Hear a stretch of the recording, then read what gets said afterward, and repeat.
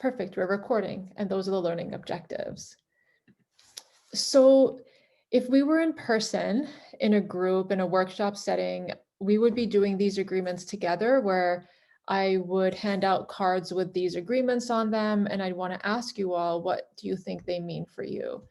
And so I put a few agreements on the slide. And so I would like you all just to take a few moments to glance through them.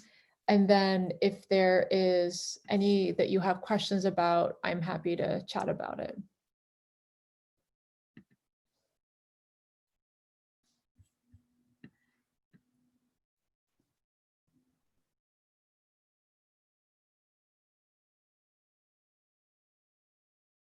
And Anam, I see your question, so thanks for sharing that. I hope to address that in the third section or second section. So in terms of agreements, we have struggling together, which this presentation might have us do. There's another concept called relationship grace, which people often think about being graceful to other people, and then we often neglect being graceful to ourselves comes first. So we're putting ourselves first in terms of compassion, moving up, moving back. If you're in a breakout room, just being aware of wanting to give everyone some time and space. And given the number of people, we may just do one breakout room or maybe two. Transparency, for myself, I realize that there's a bit of a power dynamic in terms of I'm facilitating, I have the floor, so to speak. So I'm going to be transparent when I am not sure about something, or if I feel like I may have said something that was could be taken the wrong way. So just asking that everyone's transparent. Depth without drowning, super important when we're talking about trauma. Oftentimes we want to know everything and kind of want to consume it all at once. So I'm encouraging you all. The reason I'm sending the recording is because do what you can. It's after 7 p.m. Eastern. We've all had a long day. It's Thursday. So if you need to peace out halfway through, do so. I won't be offended. And also, if you stay the whole time, do what you need to take care of yourself. And I really mean that with sincerity. I don't just mean that as an accolade. Really do what you need to for self-care. And in terms of stay the whole time, this does not mean during the webinar. It means that with healing from trauma, we often don't talk about how challenging it is and how it's not linear. And so staying the whole time means you're going to try your best to give yourself what you need through the ups and downs, through the progress, through the regressions that happen. So it's really about this being a journey. And then no hierarchy. I know that's really hard to do when I can't see your faces and I'm the one who is speaking. So I'm going to be monitoring the chat box. If there's anything that you need, just let me know, and I'll be trying to be self-aware. I will also say that because I'm not a counselor or therapist, and I want this space to be as brave and safe as possible, if you do have personal experiences that you'd like to share, just to be cognizant of this is a group environment, I'm more than happy to chat with you one-on-one about questions with regards to healing options, and that in that way, as an educator, as somebody who can connect to you and speak about my own experiences. I just want to be aware that sometimes when we start conversations, they can often be challenging or triggering for other individuals. So just to keep that in mind. Are we all good with these agreements? Do you all have any questions? Confidentiality goes without speaking. I always say what you learn in this webinar, please take out with you and share whatever is shared personally to keep that in this virtual space. So you all can use the chat box if you wanted to just say that you're in agreement, or if there's any questions, I'm happy to answer them.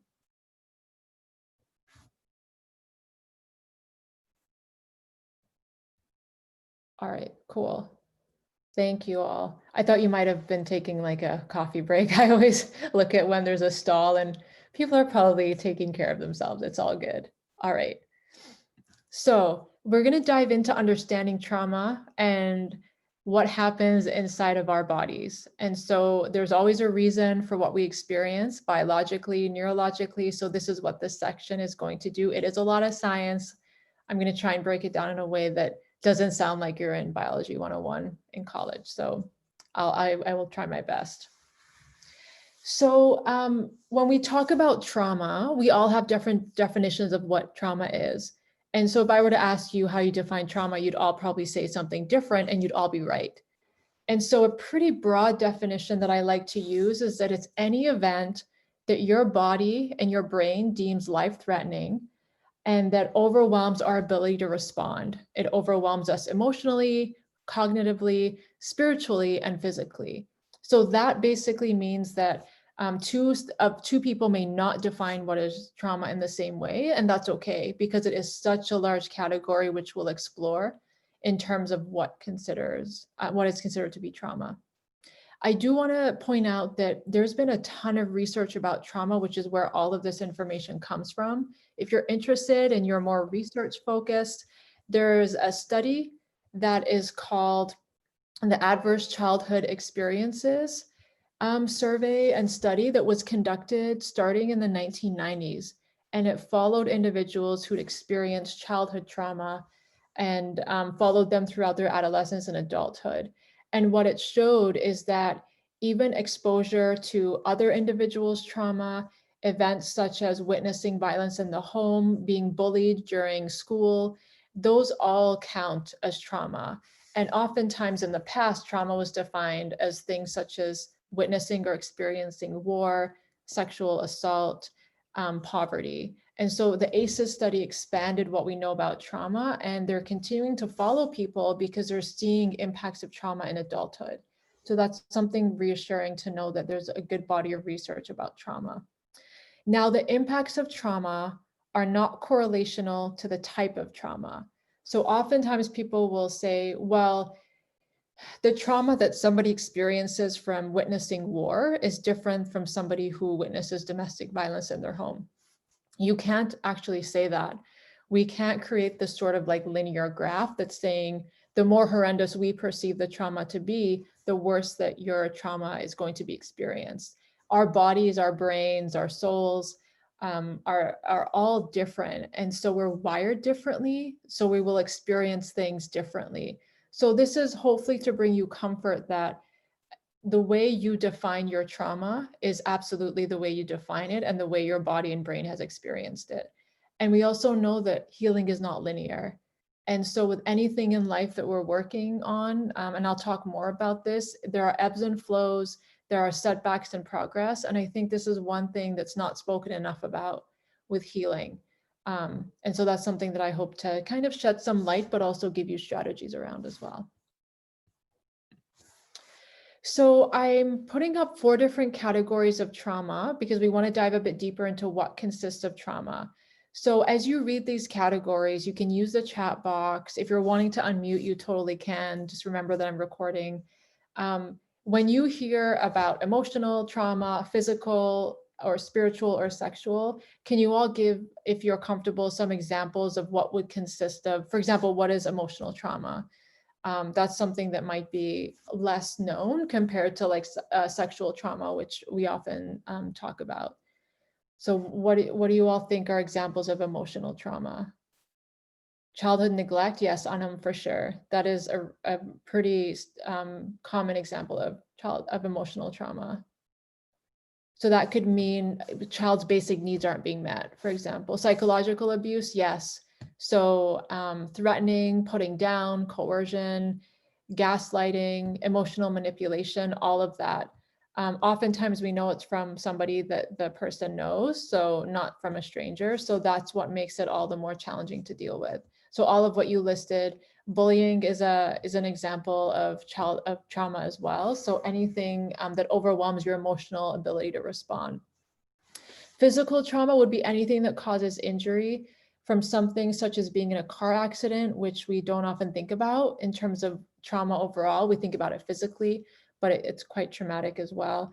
Anywhere to being in a one-on-one incident where somebody trying to hurt you in that way, or experiencing a natural disaster, for example. Spiritual trauma, unfortunately, really common in Muslim spaces.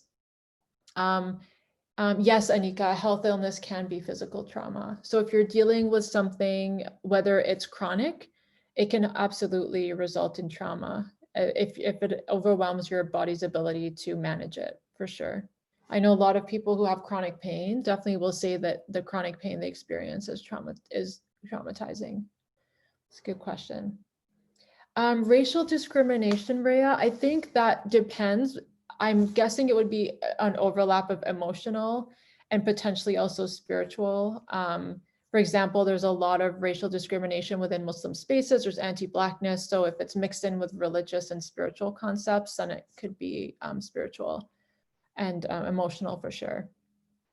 So hopefully that just gives you all kind of an overview of how broad trauma is. And oftentimes it's not going to fit into one category. It might be a matter of being in a couple. So just to be aware that you don't need to define trauma this way. It's just to kind of educate about how broad it can be.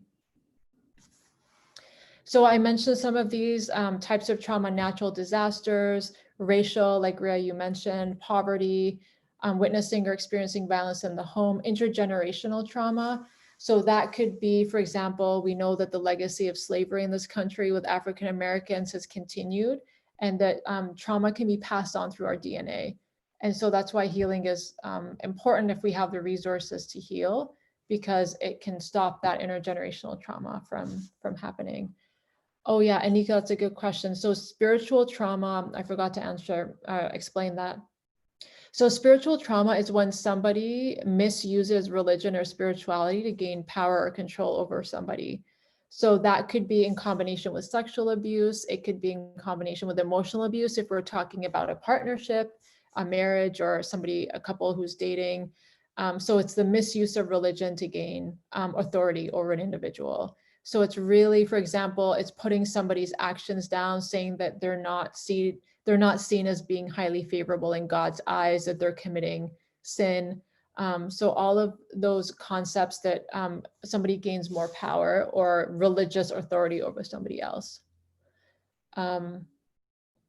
Yeah, so intergenerational, historical and systemic, absolutely. Yeah, so there's a lot of overlap between them. So, and then you can also have racism that is individual, which is still related to systemic. So for sure. Okay, I'm glad I clarified that, Anika. So the next slide just gives some statistics, specifically when we're talking about sexual trauma, and then also about communities of color. And so we know that 25% of women will be sexually assaulted in their lifetime. Childhood sexual abuse is unfortunately common. 1 in 4 girls, 1 in 6 boys. There are a number of individuals, 25% will experience intimate partner violence. So that means in partnership with somebody, or domestic violence in the home. We know that 1 in 5 Americans do struggle with mental illness. And we don't know how much of that's related to trauma, such as post-traumatic stress disorder, depression, or anxiety. There aren't a lot of studies that look at that, but the overlap is most likely there. We know that minorities, BIPOC communities face increased risks of all types of violence. And then when we add in an intersectional identity with the LGBTQ plus folks, then we're further at risk for being victims of violence. And then we also have to look at people who face disabilities, whether they are intellectual in nature or whether they are physical, again, increased risk. So we have to think about the layering of minorities' identities that can really increase risk for being traumatized and experiencing trauma. And we also know that BIPOC folks are carrying intergenerational trauma. Of course, we all know systemic racism with African Americans in this country for centuries, what's happening to this day. And I've also heard within South Asian communities, older generations talking about the partition, about their migration journeys. So intergenerational trauma is quite prevalent. If we're thinking about Indigenous and Aboriginal folks, both in the US and Canada as well, that's just very similar in terms of intergenerational trauma. So I want to get a little bit into what happens that makes a traumatic event stick so strongly in our brains. And I think this is really important because it gives you the why of what's happening, which we often don't know. Well, what we do know though, and what you might know, is that our brain is wired for survival. And so the way that we've been created is basically to respond to things in certain ways that are out of our control. It is automatic, to help us survive. And our brain is also wired to remember events that are harmful so that we can reactivate our survival response if we're ever in a threatening situation again. So that means that our brain remembers traumatic events as a protective mechanism. So there's nothing wrong with having traumatic responses. It actually means that your system is working the way it should work. It's just really not very functional for us when we're being activated all the time. Now, it's important to note that after a traumatic event, research has shown there's about 6 weeks of processing that the brain goes through, in terms of understanding what the trauma was. So what that means is that a traumatic event will probably not be stored in long-term memory the way it is until at least after 6 weeks. And I don't quite know the exact reason for that length of time. The reason I say it is when we talk about post-traumatic stress disorder later on, this is really important because you can't per se diagnose PTSD in somebody if the trauma happened under 6 weeks, if the brain is still processing it. So that's just something that I wanted to bring up. And it also means that during this sensitive time, we should be taking care of how we treat those who've experienced trauma and not to re-traumatize them or to make their trauma any worse. For example, asking them a ton of questions, asking them to give more details about their experiences. So it's important that we honor that 6-week period for the processing. And multiple factors will influence how your brain will process trauma. Everything from our genetics, everything from how we were raised, everything to do with our physiological condition. It's really complicated in terms of there's no kind of cookie cutter way in which trauma is stored in our brains. It's different for everybody. And so that means healing will be different for everyone, which makes it challenging when we're trying to support one another through healing. So Rhea, I actually don't think the police know about the 6 weeks processing period, which is why it's good for them to know, because oftentimes that's who victims and survivors will interface with. I know that in schools, for example, there's a really big push that when something traumatic happens in a school to not make students go through debriefing really quickly, but to give them space and time to do what they need. So I think that this research needs to come more to light, and hopefully it will. It is really harmful for sure. So a little picture of the brain, this is the only one I'll share and I super simplified it. But when we're talking about the brain, we have the cortex, which you see the cerebral cortex is what it's listed as. That's the higher level processing parts of our brain.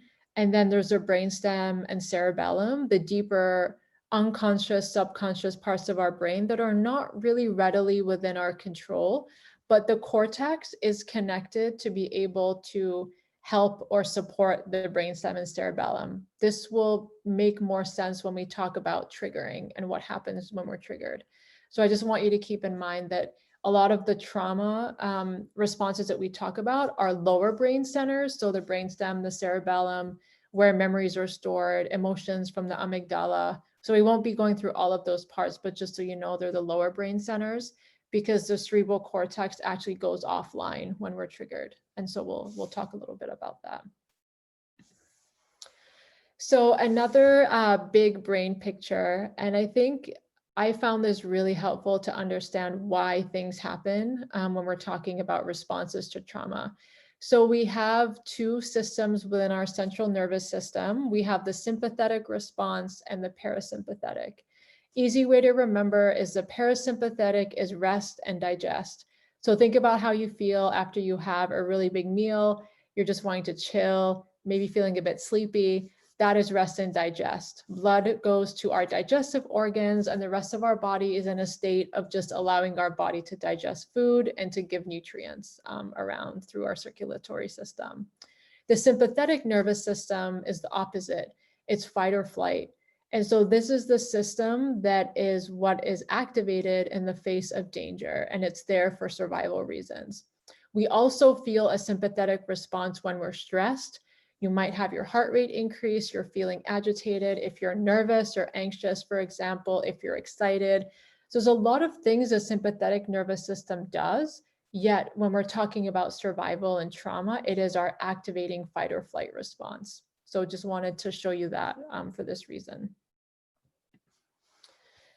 Oops, now, too many. Okay, so we want to get into talking a little bit about trauma and triggers.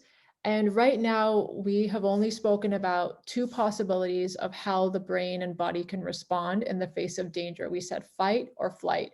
So you either respond aggressively or you flee away. There's actually two more responses we're going to talk about soon. But I did want to mention really briefly before we come back to this is that traumatic memories can be activated and triggered by present events and circumstances. That is what a trigger is. Something now triggers a traumatic memory from the past.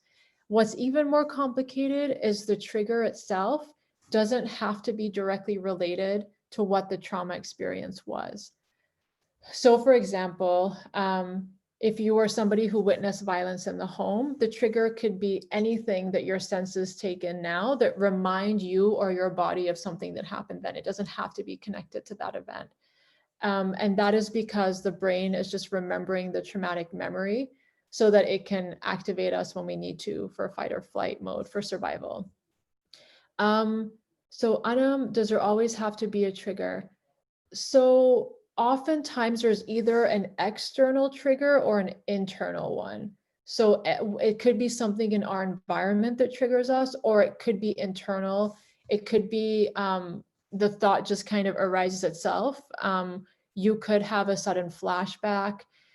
There could be something where you're in a state of stress, not related to the traumatic event, and then that comes up. So from my understanding, there often is a trigger because that's what activates that emotional brain-based response, if that makes sense.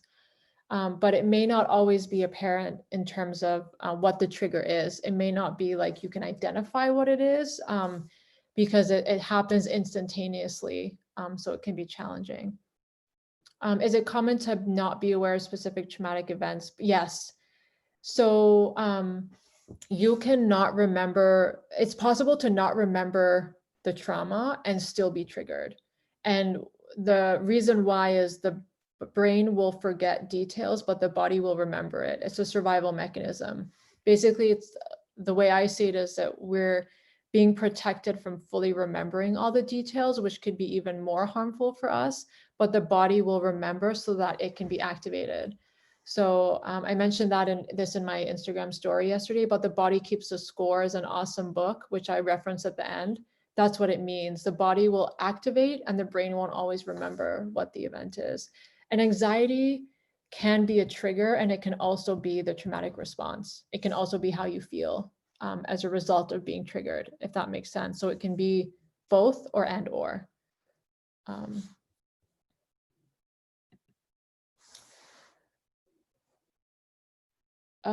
How can you differentiate? You know, I don't know if you can, because like I said, it's really hard to have complete self-awareness about what's going on. I feel like what helped me was processing it with a therapist and talking about the scenarios where I felt triggered to a point where we could differentiate what was the trigger and what was a response. So I would say that potentially, like speaking, if you're going through counseling or therapy, that might give you insight, but I'm sure there are also situations where you may not be able to know. So there's not really a clear-cut way. I think the more we can kind of evaluate our internal responses to what's happening around us when we're coming up, like kind of think about back when you're triggered, like what could have led to that, that can help. But I also don't know that it's always apparent. So that's the thing about the way the brain is wired. Sometimes we can't quite put our finger on it because we're dealing with those brain centers that are out of our conscious control, if that makes sense. Oh, You're welcome. Okay, so we talked about fight or flight as being two responses in terms of responding to a threat. There's actually two more that can come up. And the two other ones that come up relate to what's called complex trauma, which is often what happens when you've experienced trauma in childhood or adolescence. This is not to say that you can't experience these other responses if you experience trauma later on. I will say though that I've heard a lot of Muslims come forward saying that their childhood was the time frame for their trauma. So I did want to bring this to light. There's two more responses called freeze and fawn. And so we're going to talk about what that means in terms of understanding what our body and brain can do in the face of danger. So we know what fight or flight is. It's the sympathetic nervous system. Fight, respond aggressively. Flight is fleeing. I want to say that fight or flight often does not happen and it's not your fault. So if you are not able to respond aggressively, it's not your fault. If you're not able to run away, it's not your fault.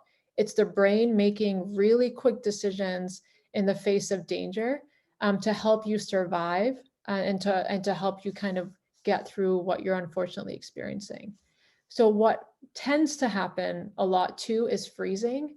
And that is when somebody numbs out during a traumatic event or they dissociate. It's a protective mechanism. I almost think of it as a way, and you may not see it this way, so I just want to preface it's how I see it. I almost think it's a way that like God has wired our brains that when something traumatic's happening, we are kind of sheltered from being present and experiencing it fully. So some people will say, I don't remember at all what happened. It's because they froze or dissociated. So it's a protective mechanism. And so just something to be aware of, that that's a super common response. Another common response is what's called fawn. And this means when somebody is responding to a threat by trying to appease the attacker. So we see this a lot in cases where there's an emotional relationship between the victim or survivor and the person who is doing the harm. So for example, childhood sexual abuse is one situation, definitely within cases of domestic violence or intimate partner violence. That's a fourth option, is that our bodies respond in a way that we're trying to stall and appease the attacker. So again, I want to make super clear, this is not within our conscious control when we're in a traumatic event. Our brain is just firing away and doing what it can do to help us survive. So I say this because people will often think, well, I wish I'd done that, or people will shame them, other survivors or victims, and say, well, you should have done this. No, like you can't. It's a very automatic, quick response. And so just want to emphasize that hopefully we can be compassionate about what our bodies and brains did when it experienced trauma. So this is a bit more detail, and hopefully it's not too much to be overwhelming, but if you need to tune out, you definitely can. What happens is with complex trauma is that the way that our body and brain responds during a traumatic event is also the way it can respond after a traumatic event when we're being triggered. So what that means is that, for example, if our body and brain fought off somebody, and that was our response during a traumatic event, that same fight response can show up in unhealthy ways after a traumatic event when we're triggered, because the body and brain thinks that we are facing a threat when we're really not. So hopefully that makes sense. So a healthy response during a traumatic event can be unhealthy if it's being activated because our body and brain can't tell that we're in a safe space. And these next 4 slides have to do with how they show up when we're in relationship with other people. That doesn't mean intimate relationship. I just mean when we're interacting with other people, colleagues, friends, acquaintances, family members. So a healthy fight response is when you can set good boundaries, you can be assertive, you can be aggressive if you need to protect yourself. But what happens when it's an unhealthy response is that there's explosive behavior that comes out. This is post-trauma. Explosive behavior, people can feel like they're entitled, they can actually bully others and potentially harm them as well. And so this is how trauma response can manifest in relationships. I have seen this personally when I posted a couple of months ago about vaginismus, which is something I've worked through. So I posted that I was doing an Instagram live, and somebody messaged me and ranted about how dare I talk about a topic when I'm not a professional. And it was a pretty long message, and I knew right away that this was a traumatic response, like this person was triggered. And so that's just one example of how it can show up. Again, I could tell, like the way the message was written, it was very instinctual. It was a very quick trigger. So fight is one way it can show up. Now, what about if we look at flight? So flight can be healthy if we know how to disengage from situations or people where it's not healthy. We kind of have a know-how of how to handle complex situations, and we're also able to persevere through situations which we think are stressful. So that's a healthy flight response that we want. Now, unhealthy flight, which can happen after trauma, can be being really overly panicky or having panic attacks, rushing or worrying, kind of overly busying yourself so that you're constantly moving and keeping yourself occupied, and also being compelled by perfectionism. I can say I definitely exhibited some of these flight responses over the years before I felt like I healed. And so overall, people exhibit kind of here and there. There's not a neat category for everyone. So just being aware that you might identify some of these in yourself or other people that you're like, oh, yes, you can have a mix of both unhealthy and healthy. So for example, if you're on a healing journey, then you can definitely focus on, I'm going to set boundaries because these type of people I just can't interact with. And then unhealthy might show up in other ways. So you can absolutely have a mixture of both during the healing journey and even afterwards. And we all do. There are times when we all feel this. So I want to be clear that this isn't about not showing any of these. It's how frequent it shows up and how intense it is, and if you think you're being triggered by your trauma. So that's something that I want to clarify. All right, so a healthy freeze response is having a sense of being present, of being at peace with yourself. You are mindful of where you are. So freeze in a healthy way means that you're aware of your environment and that you're in that space. Unhealthy is dissociating, hiding, really being isolated, like wanting to kind of be away from any sort of interaction or spotlight. Again, a lot of us don't like positive attention, but this goes beyond that, where it's impacting your function. It might be impacting your social life, it might be impacting your work, your study life, your personal life. So it's unhealthy when it stops you from doing things that you want to do that are meaningful for you. So just to again clarify that. And then finally, when we look at fawn, a healthy fawn response would be giving love and service in a way that is meaningful to you, but with boundaries, being able to compromise, being fair, being able to listen and hold space. Unhealthy responses are when you are essentially people pleasing. So you're very stuck to individuals, you are codependent. There's a sense of wanting to overly serve people because you define a relationship by doing that. Like you think that you're fulfilling your role. Social perfectionism, constantly being worried about what other people think. Again, we're all worried about what other people think. This is, again, more intense, and it has to do with being triggered and how you respond. So that is unhealthy. And Anna, will catatonic states be classified as freeze or flight? So that's a good question. I believe, from what I remember studying back in the day, that I believe it potentially is freeze, because that catatonic state is dissociating, but I can also see how it could be flight. So I'm not 100% sure. So that might be something that I'd have to look back at the book that I'm referencing here, Complex PTSD. And so I can get back to you about that. I can look it up in the book if that helps. A catatonic state is when, I learned that word when we were learning about various disorders regarding psychosis. So eventually it looks like somebody has frozen. So they're definitely not present. Their eyes are somewhat glazed over and they look almost like they're stuck in space. And their muscles might even experience being really rigid and being really like flexed or activated. Anam, I hope I'm describing that correctly and jump in if I'm not. But I believe that's how catatonic can be physically seen. And then mentally as well, somebody's not there. So it's a form of dissociation. Okay, cool. Alhamdulillah. I was like, do I remember this? So yeah, I'm not exactly sure. It's something I can look up later in terms of freeze or flight. All right. I'm glad you're asking questions. That means that you all are kind of following along. Now, you can take a screenshot of this. I'll be sending the recording. I'm not going to go through this. This is for those of you who want to see the bigger picture. If you're like me, I like to see everything on one page.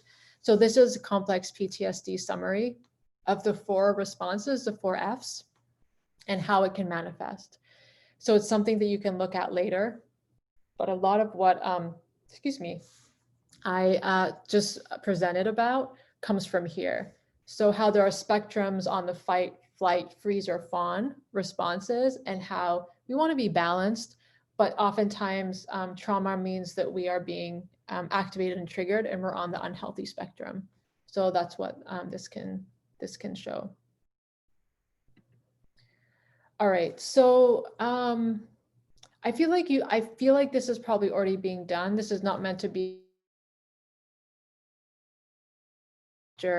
Is if the complex PTSD, complex trauma applies to you, then you can kind of reflect on, well, are there people in my life who show these responses in terms of them having experienced trauma? And if you've experienced trauma yourself and you're up for some self-awareness in terms of the 4 responses, you can reflect, which ones do I tend to show? And are there situations in which they come up? And this is something that I'll suggest later on in the presentation. It's a really great way to start thinking about gaining more self-awareness in a compassionate way. So you're the one in control of the process. Other people are not pointing things out to you. It's your own self-awareness. So this is something that you can probably do after the presentation. I feel like a lot of the questions have to do with this as well. So a few more slides in this section, and then we'll move on to the next one. So hope you're all doing well. So when we talk about triggering, which is what I'll be talking about next, like why triggers happen, there's a bell curve that shows us the optimal zone that we want to be in that avoids being triggered. So when we talk about trauma, there's something called a window of tolerance. That means that there's a zone, the middle of that bell curve, where we are feeling grounded, we're feeling secure, we're present, we feel safe, we feel like, okay, I'm in a place where I'm at my best right now. And that's different for everybody, but you are able to do what you need to during your day, and you're not being impacted by triggers, essentially. Now, 2 other possibilities exist. What can happen is triggering can push us towards the hyper arousal side of the bell curve to the right. So what happens there is when the sympathetic fight, flight, or freeze happens. And so that means that our sympathetic nervous system is activated. We feel it within our bodies that we're being triggered. There are physical responses, heart rate, sweating. There can be stomach aches, sometimes headaches or migraines. And then there's also emotional ones where we're feeling agitated, we're feeling anxious. And then there might also be restlessness in the body. So all of that and more, because we all respond differently. On the other side, and this is something we won't talk about too much today because it's super sciencey and we don't have time in a 90-minute webinar, but I learned a lot about this with trauma-informed yoga. There's also another response that is immobilization. And now that means that you essentially are very hypo-aroused, so you're under-aroused. So that would mean that you are very lethargic, very low energy, you're definitely immobilized, you're in a super rest and digest state. So that would mean that your vagal nerve, which is a hugely important nerve that runs in our body, is activated. And so that means that the vagal nerve is activated, and you can think about rest and digest activated in a much stronger way. So our body just can't bring itself to really respond. And so those two are are the two options of what happens when we're not in this optimal arousal zone. So yeah, impulsive behavior would probably fall under hyperarousal. I believe so. Yeah.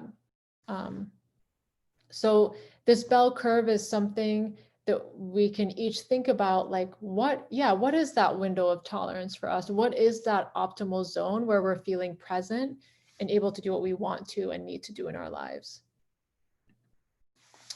Now, what happens during, just have to move the chat box if I can, because it's like in the middle of my screen. All right, maybe not.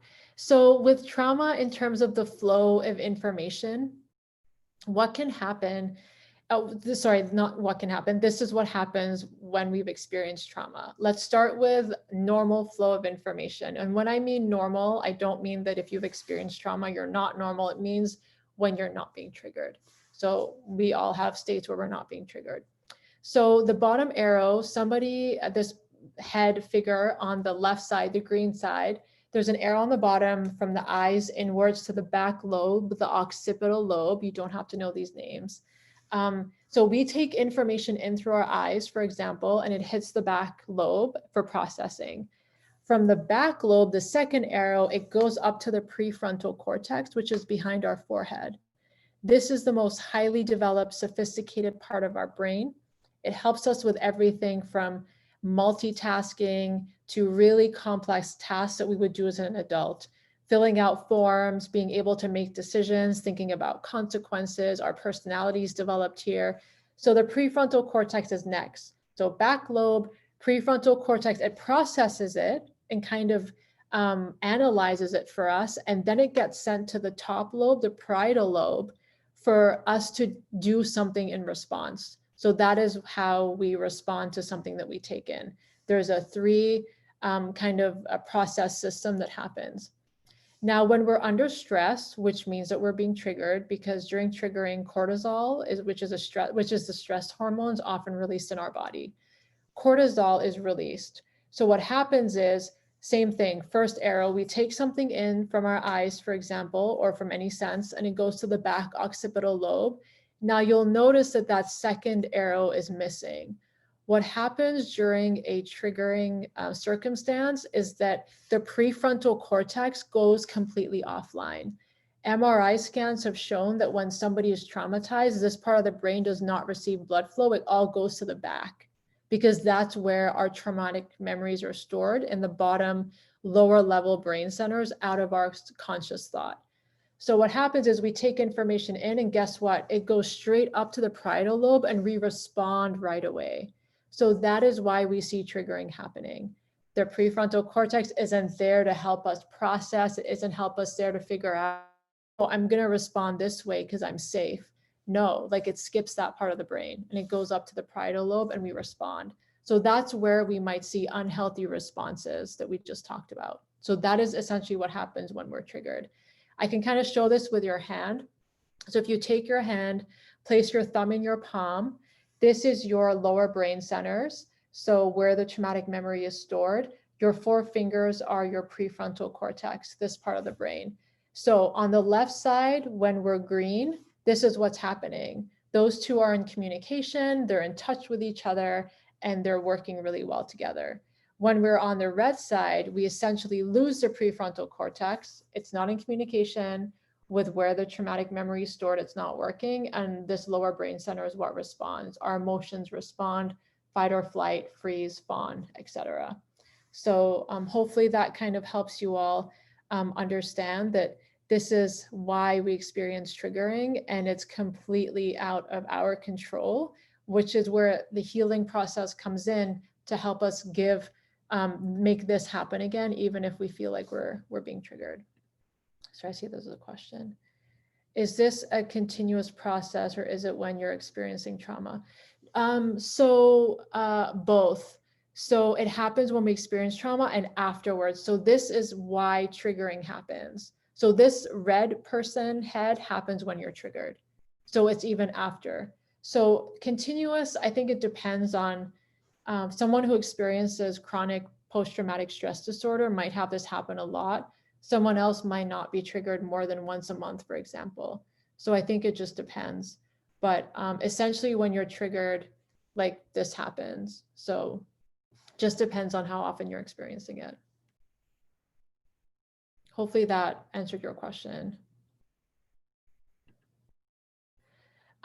So as a result, okay, awesome. As a result, when we're triggered, this is what happens. So remember, this part of the brain is not working.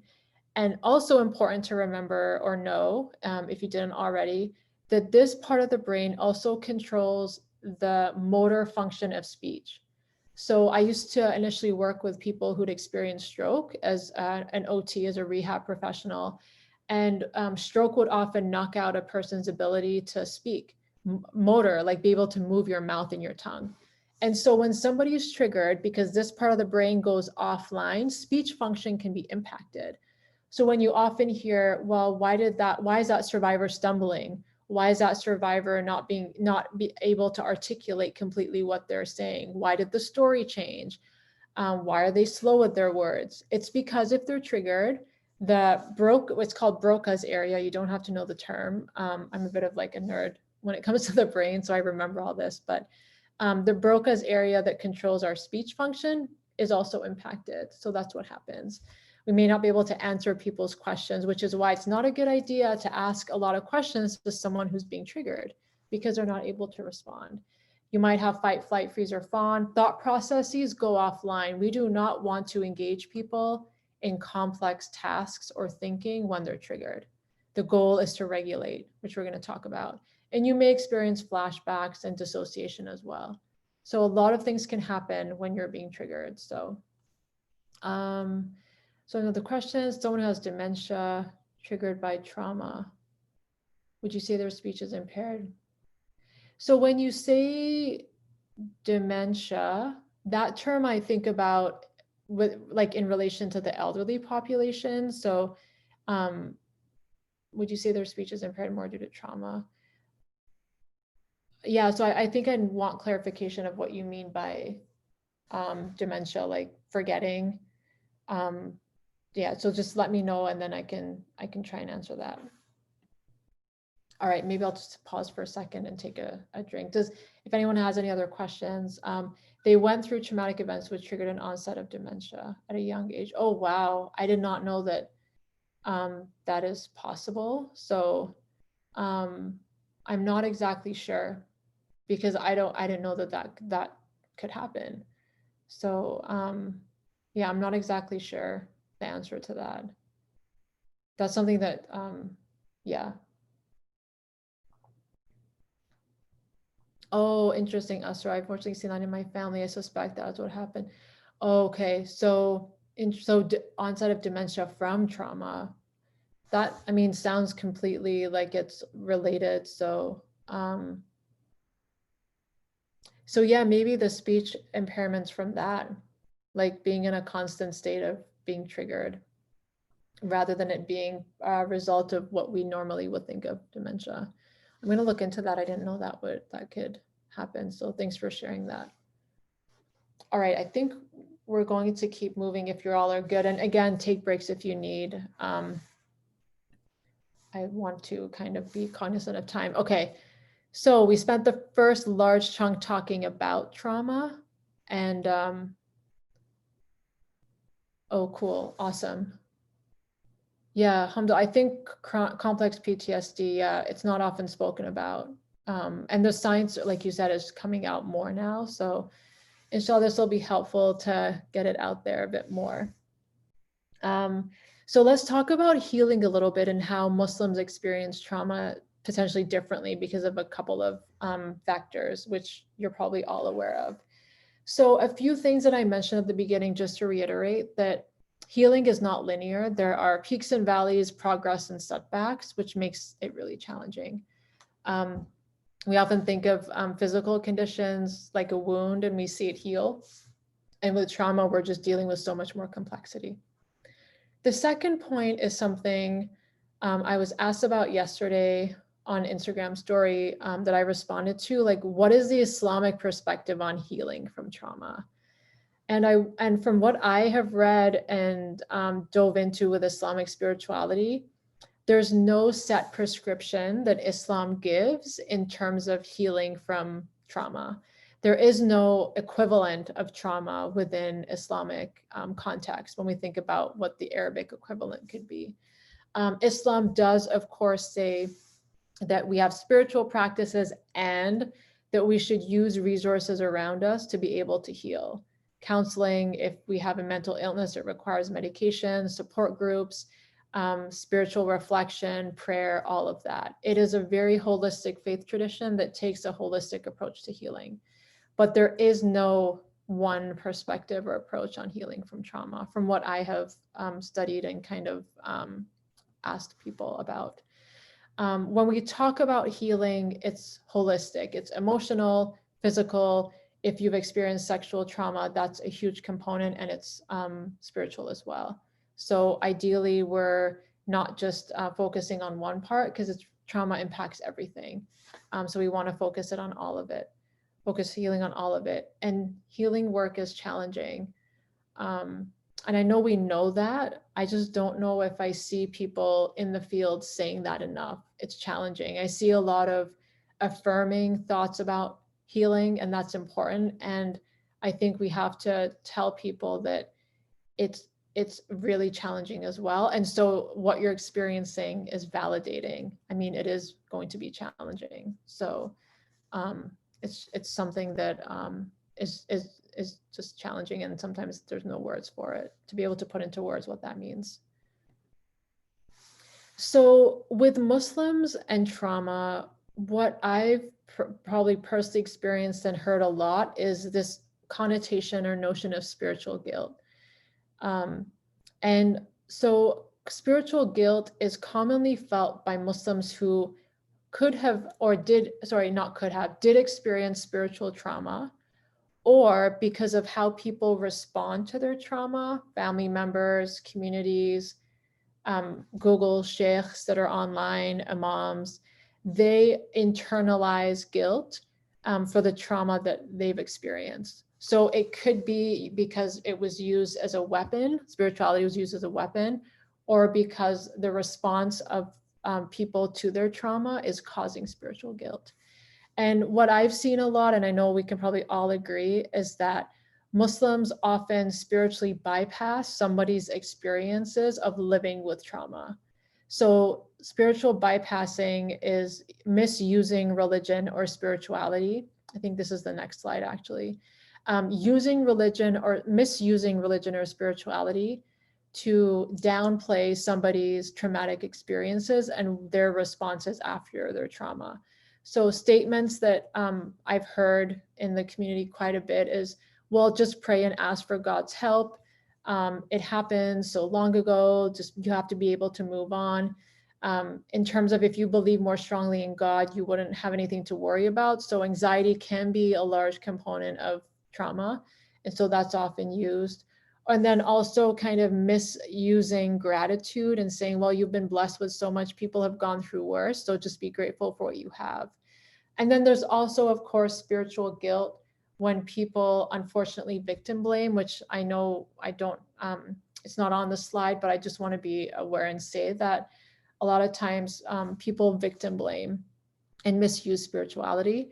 And that can, of course, cause a lot of spiritual guilt. So imagine, as you all probably can, that you not only have your own trauma to deal with, you now have the responses of the outside world and to deal with as well on your shoulders. So definitely challenging when Muslim communities are very collectivist, which I'll talk about in a second.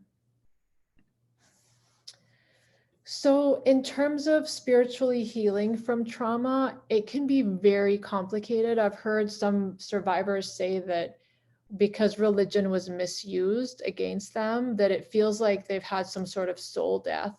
Because when your perspective on way of life, your belief is misused against you, that is earth shattering. How do you move forward and heal from your from the way you defined and understood your life when it was weaponized against you? So it is a very individual journey that there's no time frame for. So all of those people who say forgive and forget are not understanding that you can't say that, that it is an individual's choice in terms of how they reconcile what happened to them and if they do, and the time frame for that in the process. And so one thing I will often say, and this is very challenging in terms of being Muslim when we experience trauma from a Muslim, is reflecting on how trauma has impacted your spirituality, if that's something you choose to explore. And then what has been helpful that kind of helped me is reframe how Islam was misused against you by starting to heal internally and slowly refostering that relationship with God. And again, it sounds like I'm saying it in such simple phrases, and I mean to say it's not simple. I was trying to find a way of phrasing it, and because it is so complicated to say, but it's a very like spiritual and cognitive process that survivors need to really sit with and reflect on. Yeah, like how has my spirituality and not religiosity, spirituality and understanding of Islam as my worldview been impacted, and how do I want to move forward with this? So with what we just spoke about, with Muslims especially, or any sort of culture or group of individuals from, I would say, like the East onwards, trauma is ecological. So what that means is that while one person, such as me, experienced trauma, it doesn't happen in isolation. We are part of an ecosystem that has many different facets to it. So I'm an individual and I also have a family. My trauma was childhood, so I had a family. I have a community, and there's also larger society. So not only when we experience trauma is it ecological, but healing is also ecological in that there are barriers that may come up from these different parts of the ecosystem, and there are also supports that may come up. And so being able to identify when you examine your own ecosystem, what is helpful to me and what is harmful, like what are barriers, and then trying to figure out where your energy goes, that can be really helpful because healing can seem overwhelming. But if we're able to kind of map things out using an ecological model, then that can kind of put things into a bit of a different perspective. And I have the next slide that kind of shows that. So for example, when you're thinking about yourself, you want to think about all your components because you were created as a whole person. So physical, emotional, sexual, and spiritual. For where you are in your life, what is impacted and what do you want to be healed? Then we have family. So thinking whether that's immediate family or your adopted family, however, and adopted in terms of friends who have become like family, supportive, who are they? Which people may amplify your trauma? Are they potentially a source of trauma? So being able to kind of identify what are barriers and what are resources. The third part is community. Now, community, I don't just mean Muslim community. For me, for example, I grew up in non-Muslim spaces up until I was in my, like 10 years ago, my late 20s. So community could be the people around you, who you kind of vibe with and who you spend time with. So what is their response? Are they a support system? Do you have access to healing in those spaces? What are their spiritual responses to you? So being able to map that out as well. And then society often acts as a barrier more so than a support.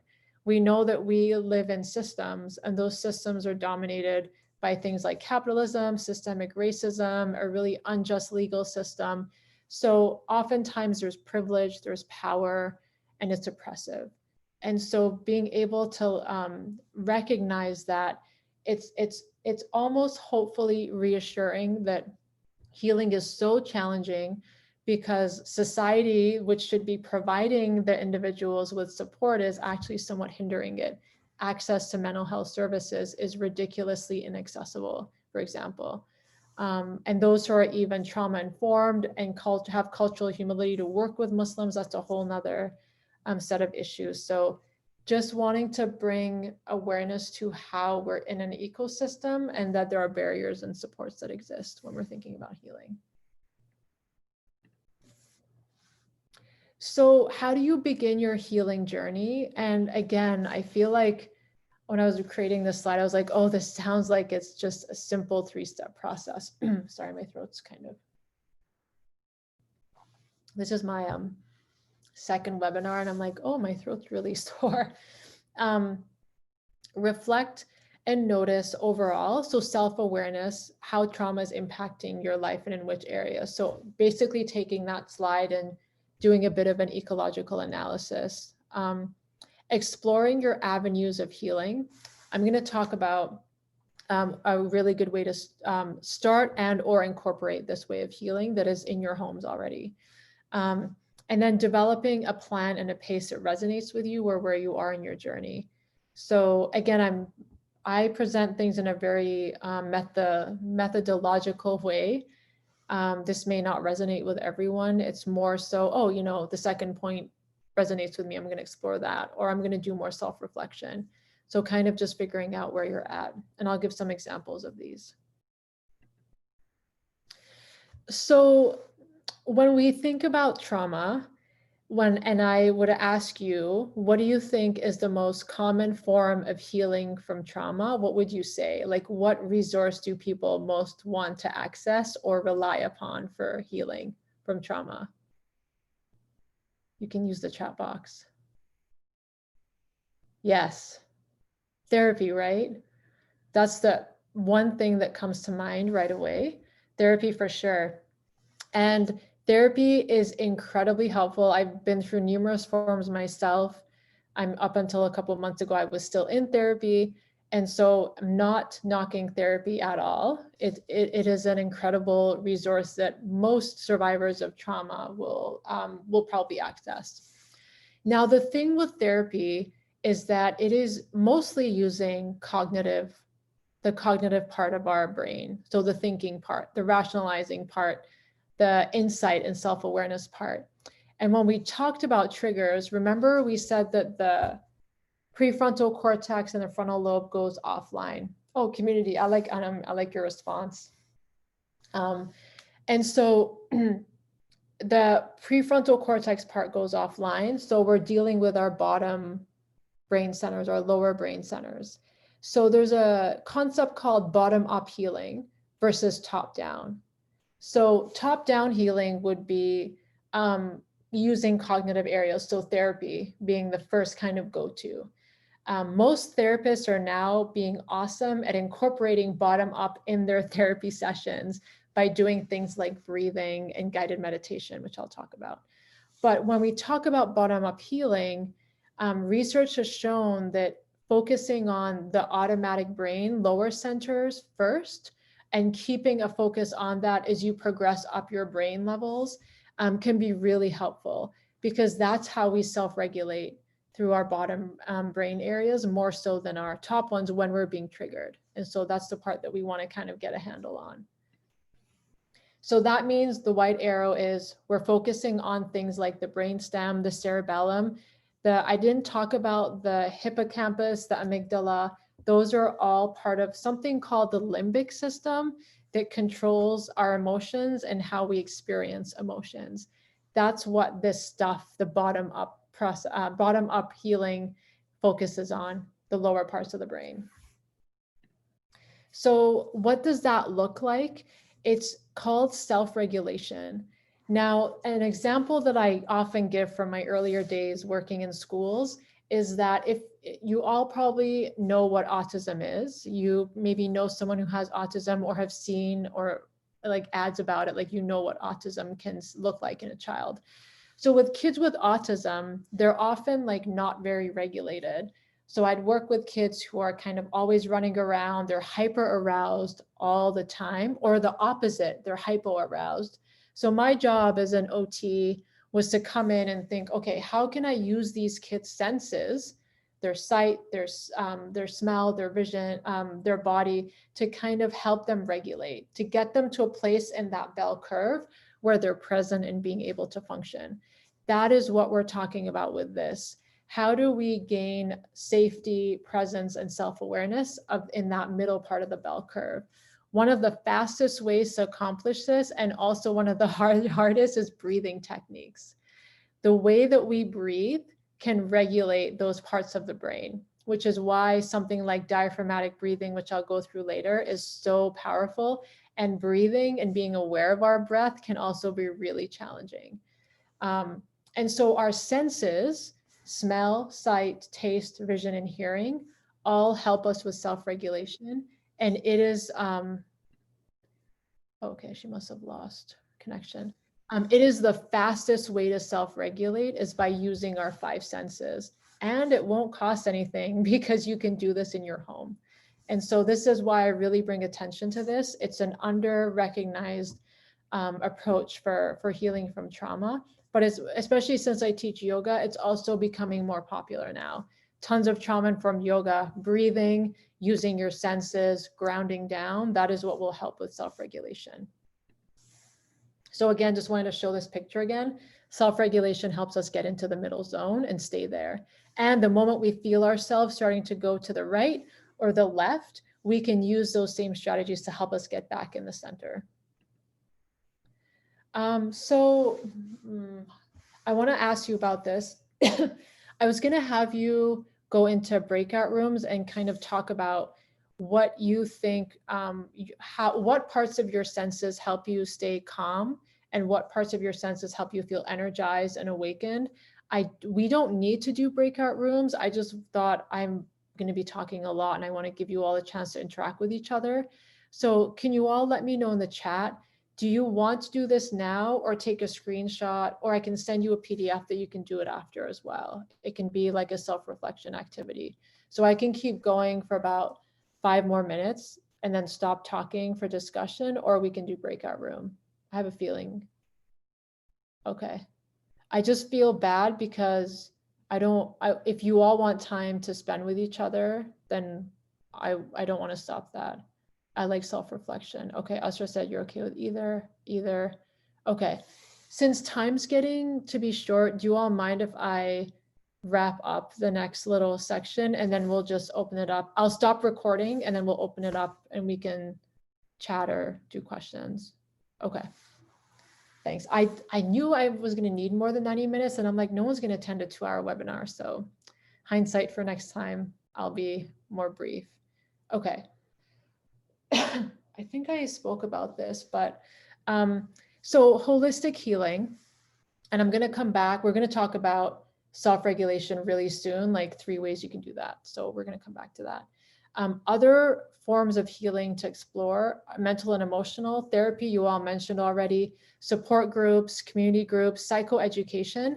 Psychoeducation is what this webinar is that learning about what you're going through is so empowering in a way that you'll have just more insight into what is happening within your body and your brain. So that's what psychoeducation means. And strategies such as journaling, if that's something, I found that really helpful when I'm feeling anxious, which I still have social anxiety, for example. I journal a lot just to kind of get it out of me. So there's ways that you can kind of use mental and emotional strategies. Spiritual healing, again, it's such a personal journey. It can involve prayer, spiritual meditation, reflections. I have mentioned numerous times on Instagram that the book Secrets of Divine Love, I've had a lot of women reach out saying, I've experienced trauma, I'm disconnected from my identity as a Muslim. Like, what is spirituality? How can I connect? Yeah, Anika, it's such a beautiful book. I've not read a more compassionate book or about Islamic spirituality than that book. So it's and I'm very, very healing. So I often tell people, if you're looking for spiritual healing, start with that book, Secrets of Divine Love. And it's just such a beautiful book. So I'm like just amazed by the author, who is a Muslim woman. She's incredible. And then physical and sexual healing. So trauma can impact us in our intimacy and with our sexual identities. And so exploring things like trauma-informed yoga, sex therapy, which I think more Muslims are aware of, but that can be really helpful individually, and also if you're in a relationship with somebody, and then self-care strategies. So these are not all that's available. I just wanted to show you that oftentimes we're using different approaches because we're trying to get holistic healing and not just focus on our cognitive part, which is still important. Oh, and then also, I think I know why I put this here back again. The 4 F's that we went through, if you're feeling like you're experiencing some of those unhealthy responses, those would be addressed typically within a therapeutic relationship with a therapist.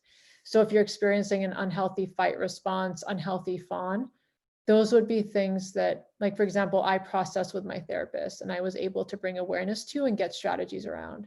So just want to bring this back to say that's how it kind of ties to this when you've experienced complex trauma.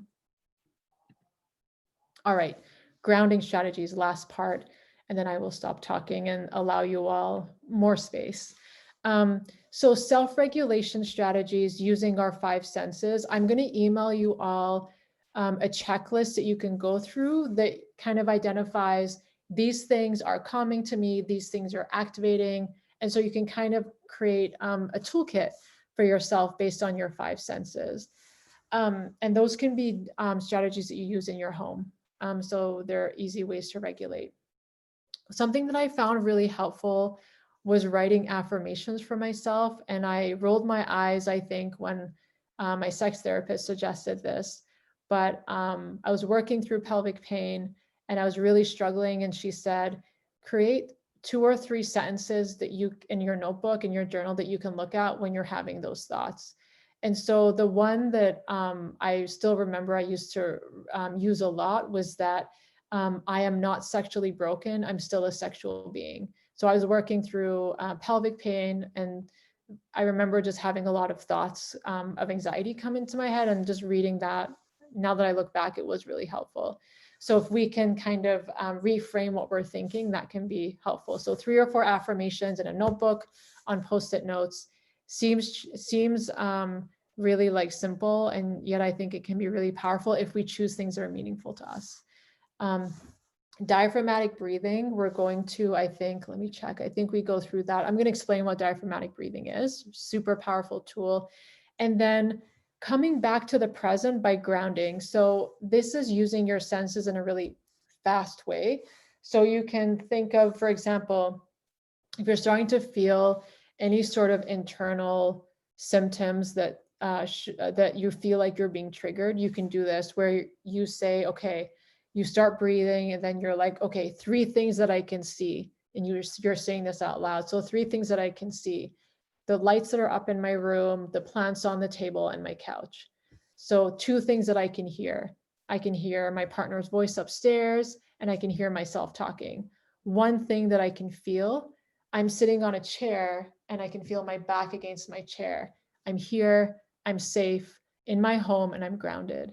So something as simple as that, whenever you feel like there's either a trigger coming on or you're just generally feeling like you're not present, that can be something really powerful. You can do that as many times as you want.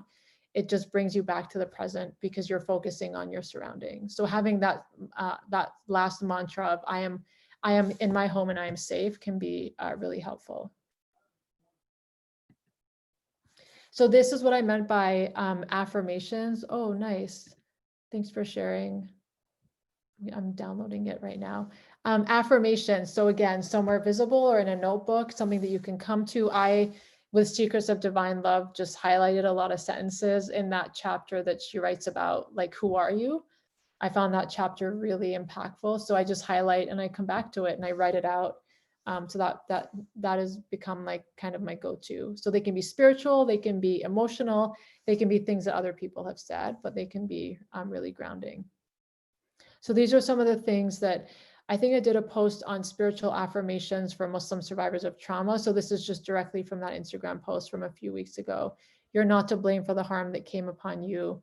Your trauma did not happen because God is punishing you. You're a sacred being. You always will be a sacred being. You are not defined by God by what happens to you, harmful or otherwise, and you are beautiful, sacred, and loved. So finding things that you can really relate with and focusing on those if you're needing to come back to the present. Oh. So diaphragmatic breathing, this is something that I can actually demonstrate if you all want to do it with me, or you can just listen, and then there are a ton of YouTube videos that go through this.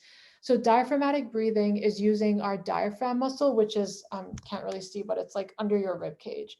So it basically allows the lungs to expand more than it typically would if we were only breathing from our chest. So I did a lot of diaphragmatic breathing when I experienced pelvic pain, and my physical therapist taught it to me, and it was so helpful, and I still do it with yoga. So diaphragmatic breathing, you'd want to be sitting upright on a chair or on your couch, and you can put one hand on your belly and then one on your chest. And what you're going to do is when you breathe in through your nose, you want to feel your belly expand out. So when you breathe in, you want to purposely push your belly out so that more air can be taken in. And when you exhale through your nose or your mouth, you want to pull your belly back in so that all the air gets released out when you're breathing. And so you would be doing this, obviously you can use music, you can have it in silence, you can do it for 5 minutes if you set a timer. It is incredibly powerful because regardless of whether you're feeling hypo-aroused or hyper-aroused, it does help you kind of come back to that optimal arousal zone in the middle. So it's a super powerful tool. For people who have a hard time breathing more, I often recommend, if you're comfortable, doing this as you're laying in bed or on your couch, because when we're lying down horizontally, some people just find it easier to breathe that way than when they're sitting upright. So that's just something that to keep in mind. So coming back to the present, that would be what I suggested with the prompts. So identifying things in your environment visually, with your touch, with your smell. If you want to use food, you can do that as well with taste buds. So anything that you can do that brings you to the here and now can really help you either come back if you're being triggered, or prevent something if you feel like it's happening or you're just feeling agitated overall. Ooh, okay. So, wow, 8:27. I'm gonna stop there. I feel like there's so much more, and also I want to be aware of giving you all space. So I'll put up the resources or recommended readings. So Body Keeps the Score is an incredible book. It's probably the best written book in terms of the research on trauma. Complex PTSD. Pete Walker's book is what I learned complex PTSD from, or complex trauma. And then there's actually a workbook that is really good if you're wanting some structure to explore trauma. It's called the Complex PTSD Workbook, Post-Traumatic Stress Disorder. You don't necessarily have to have that as a diagnosis. The workbook still has great self-reflection questions that can be used. So those are all worth exploring. And also the secrets of divine love is something else that you can explore. Oh, I realize I'm screen sharing. Oh, that's really awesome. Thanks for sharing, Anika. That's really great. So thorough. Yeah, mashallah, that's a really great way. It looks like it's visible since it's in your room. So that's really awesome. Yeah, can I speak? Sorry. Yeah, please, please. I went through a phase where I had a lot of health anxiety and I thought I had COVID and was convinced for like Yeah. a month. And I think that was something that like brought me comfort, is like looking at that wall every day. Mm. And so I've shared it with a lot of friends. So I thought it'd be just like helpful to share here. Yeah, thank you very much. It is helpful. I think seeing that as an example and then hearing you say it was helpful is really great, for sure. All right, well, it's like really close to 8:30, so as you can see, there's more slides, but we're not going to cover it. So my contact information is there. I'm 100%, if you want to email me, I'll reply if you have any questions. And I'll just, if you all want to like speak or ask questions or chat with each other, the space is yours. I'm going to stop talking and just whatever you all want to share and reflect on. Or you can also go because it's almost time.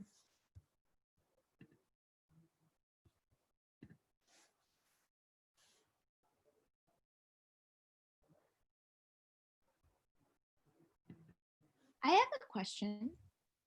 Yeah. Would you consider, I know there's many different things that can be considered trauma, Yeah. but I've always wondered this. Would an eating disorder be considered trauma?